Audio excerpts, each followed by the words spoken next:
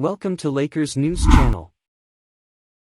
Austin Reaves plays exactly like you'd want a role player that surrounds superstar players on your favorite basketball team to play. He's always giving 110% on the floor, he has a nose for the ball, and he always, whether it be from his intellect, or some otherworldly basketball magic bestowed upon him, finds himself making the right play at the right time. And this all comes from a player that went undrafted prior to his rookie season. All of those qualities, along with the Lakers jersey that he wears, have beckoned comparisons to one Alex Caruso. Well, all of those qualities in addition to the fact that he's, well, white. Let's not dance around the obvious. That is the most likely reason for everyone to compare the two. Honestly, when you really analyze the games of each player, they're really not that similar given Reaves' strong game on the offensive end and Caruso's own elite specialization on the other side of the ball. Even Reaves agrees that it's probably the primary reason for the player comp. But you know who is actually comparable to Reaves?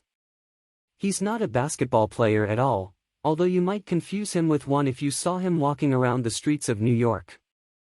I'm talking about actor Nicholas Braun, more specifically, his character, Cousin Greg from the hit HBO show Succession. And before you think I'm creating some story out of thin air to fill time during the All-Star break, you're wrong.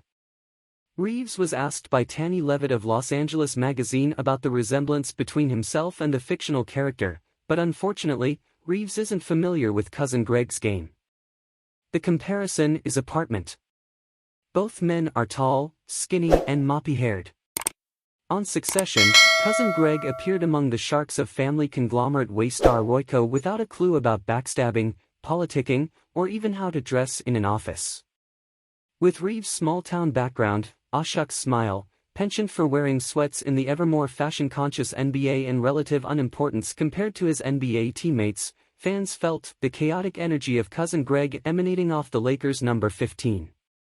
The only hitch in this fanfiction is that Reaves has never heard of Cousin Greg or even watched an episode of the Emmys' reigning Best Drama winner, like most people.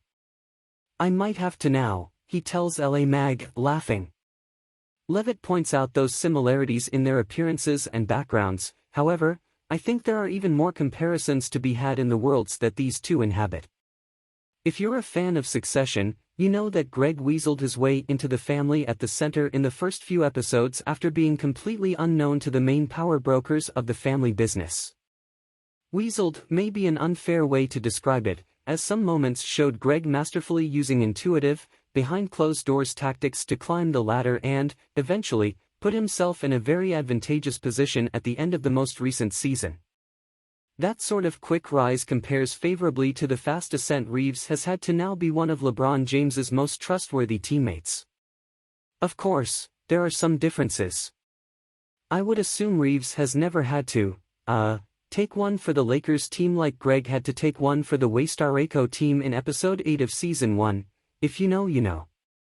Also, I assume Reaves would probably be pretty insulted at the comparison upon watching Succession, seeing how unconfident and awkward Greg is despite his success in infiltrating the company.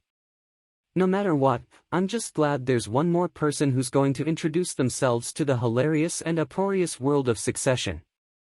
Everyone should be watching.